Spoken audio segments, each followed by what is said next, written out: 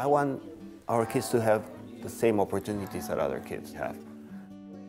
Kids come from other countries and they were running and jumping and moving around in their countries, and if they didn't, if they live in big urban areas in their countries, this is their chance. They get to enjoy. Our kids have gone through a lot coming to this country. Sometimes they have not seen their parents for many years. Being in school, we try to provide that safe environment, and PE is part of it. It's not something that we cannot leave out, because if we only do the academics, it will not be complete for them. It has to be a well-rounded education. If they do like fine motor skills or gross motor skills, they will apply those in the classroom. Even just to learn how to hold a pencil. Some kids come and don't know, we give them a pencil and say, what is this? They've never seen a pencil before. And we teach them, and it's part of fine motor skills. Jumping, screaming, learning how to use their bodies. It's important. And the skills are built, they're developmental in PE that are used in recess and lifelong learners. So yeah, joyful learners, that's what it's about, joyful learners in all areas.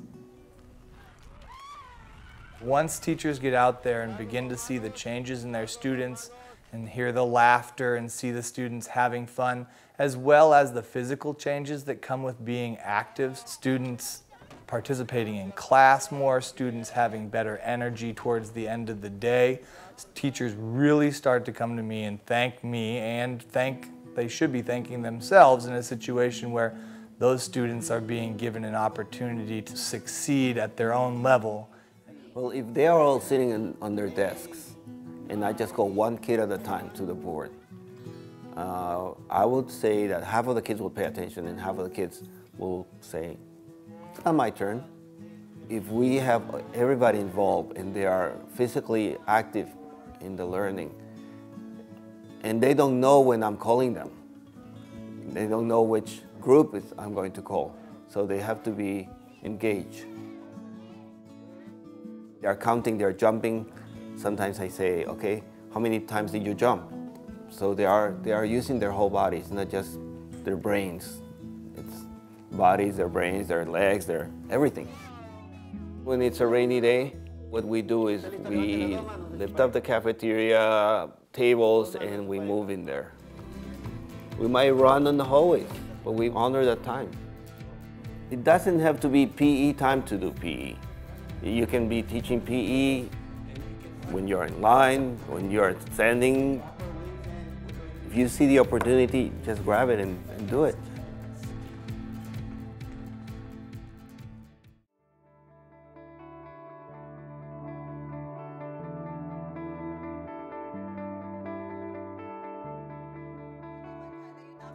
PE is important to me because we want to teach students some of the basic skills to have so that they can use those basic skills in their adulthood to live a healthy life, to have a healthy heart, have a healthy mind.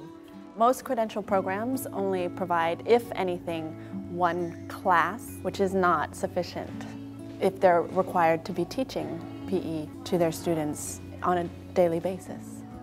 They might like it, they might not, but at least they can decide for themselves if they've been given the opportunity. But when we don't provide that opportunity, then they will never know. And some might never know what hockey is or what golf is because they haven't been exposed to it. We realize the importance of it, but there's always a but. And we're always the first to be put on the chopping block. But it's actually mandated by the state, and I think that's what gets forgotten a lot. It can be more than just at school. It can be for a lifetime, and that's the goal, is to teach lifetime fitness.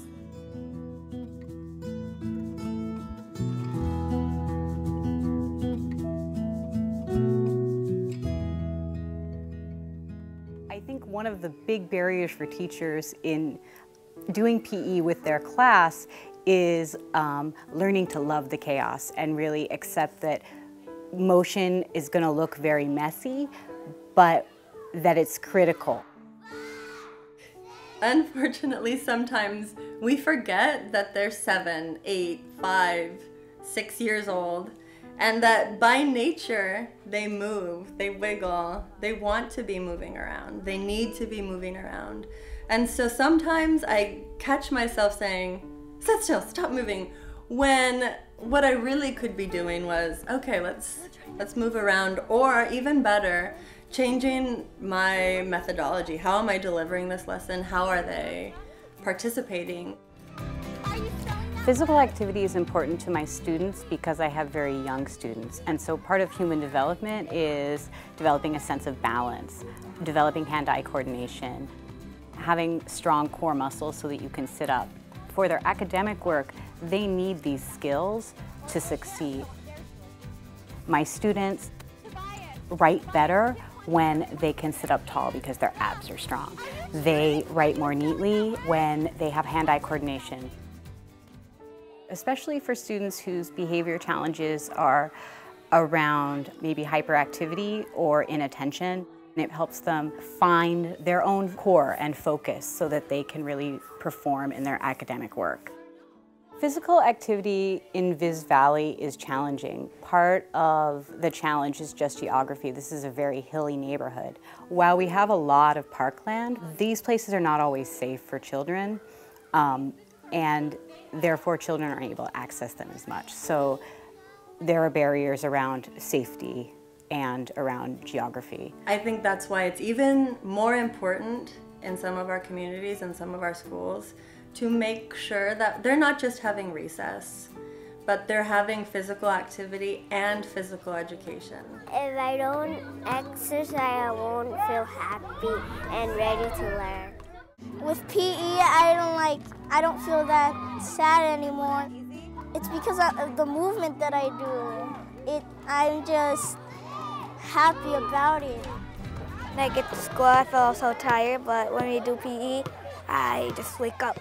It's easy to hear that PE will help your students perform better.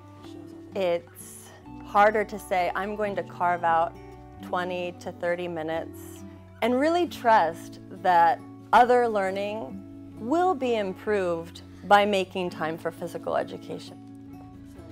I would like to see all of San Francisco's students being given the recommended, the necessary number of minutes of physical education, to see teachers who feel comfortable, who feel supported.